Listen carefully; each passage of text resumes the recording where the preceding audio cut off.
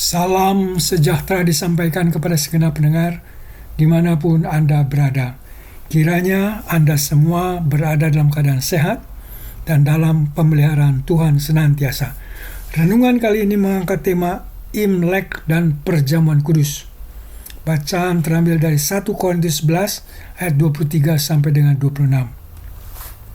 Saudara-saudara yang kekasih dalam Kristus, selamat tahun baru Imlek kepada Anda yang merayakannya. Perayaan ini dengan segala kemeriahannya menjadi momen bagi mereka yang merayakan untuk merefleksikan perjalanan hidup dan menyambut harapan baru. Sama seperti umat Tionghoa yang merayakan Imlek dengan penuh sukacita, sebagai umat Kristiani, kita juga memiliki perayaan yang jauh lebih bermakna, yaitu perjamuan kudus. 1 Korintus 11 yang akan kita lihat arti perjamuan kudus. Di mana dalam agama Kristen kita mengakui dan mencatat juga ada perayaan Natal dan Paskah yang muncul dalam sejarah gereja, walau tidak ada perintah Tuhan yang langsung yang memerintahkan untuk merayakannya. Perayaan terbesar yang diperintahkan dapat kita baca dari 1 Korintus 11 ayat 23 sampai dengan 26, yaitu perjamuan kudus, sebuah perintah yang diberikan Tuhan Yesus kepada gerejanya. Perjamuan kudus bukan sekedar makan dan minum, tetapi merupakan tindakan mengingat kematian dan kebangkitan Kristus. Kita akan melihat hubungan perayaan tadi dengan perayaan yang diperintahkan Tuhan di Perjanjian Lama. Peringatan-peringatan di Perjanjian Lama dalam hari-hari raya mereka, dan juga kita hubungkan dengan perjamuan kudus. Semua perayaan ini mengajak kita untuk mengingat kasih setia Tuhan. Umat Israel diingatkan akan pembebasan dari perbudakan, sedangkan kita diingatkan akan keselamatan yang kita terima melalui Yesus Kristus. Melalui perayaan, kita memperbaharui persekutuan kita dengan Tuhan. Dan dapat kita catat, Imlek maupun perjamuan kudus membawa harapan akan masa depan yang lebih baik. Imlek melambangkan awal yang baru, sedangkan perjamuan kudus mengingatkan kita hidup baru dalam Kristus. Dan juga kita diingatkan akan kedatangan Kristus yang kedua kali, yang akan membawa pembaharuan menyeluruh, termasuk pembaharuan alam semesta. Dalam perayaan Imlek ada tradisi pemberian angpau, yaitu amplop merah berisi uang.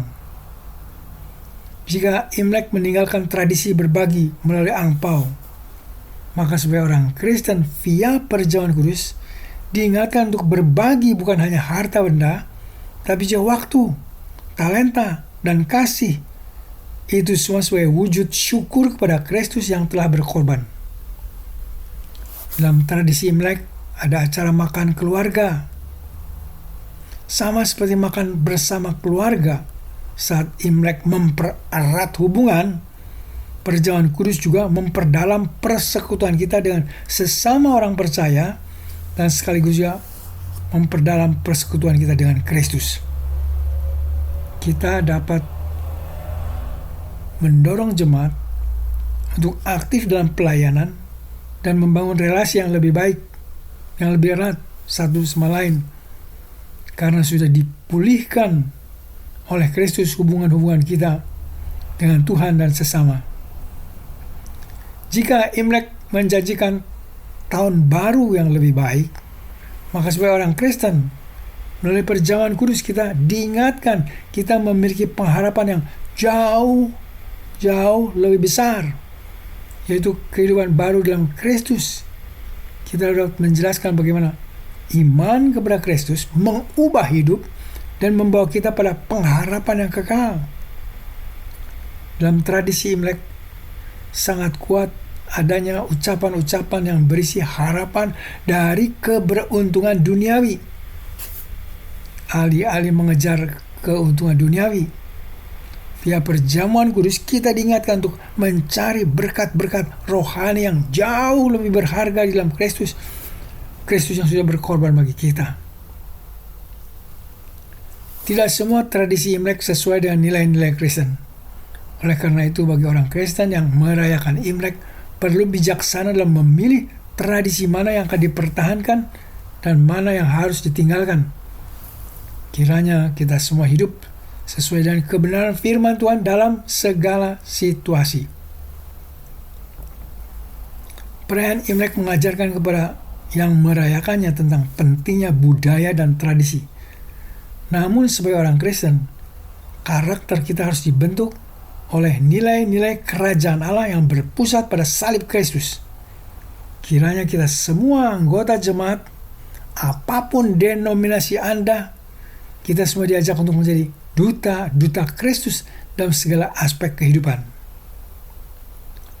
Jika Imlek mengajarkan mereka yang merayakannya untuk menjaga hubungan keluarga, maka sebagai pengikut Kristus kita dipanggil dari intern keluarga untuk pergi keluar memberitakan Injil kepada seluruh dunia. Kiranya kita dapat terlibat dalam pelayanan misi dan berbagi kasih Kristus kepada orang lain.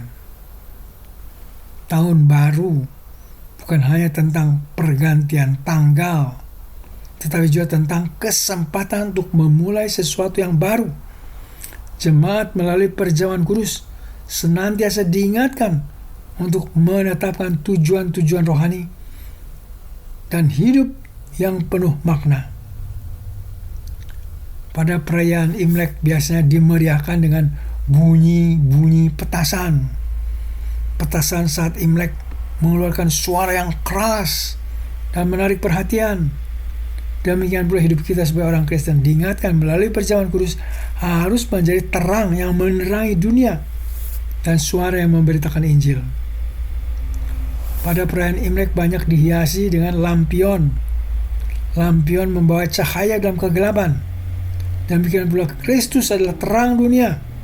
Maka kita diajak untuk menjadi pembawa terang bagi orang-orang di sekitar kita.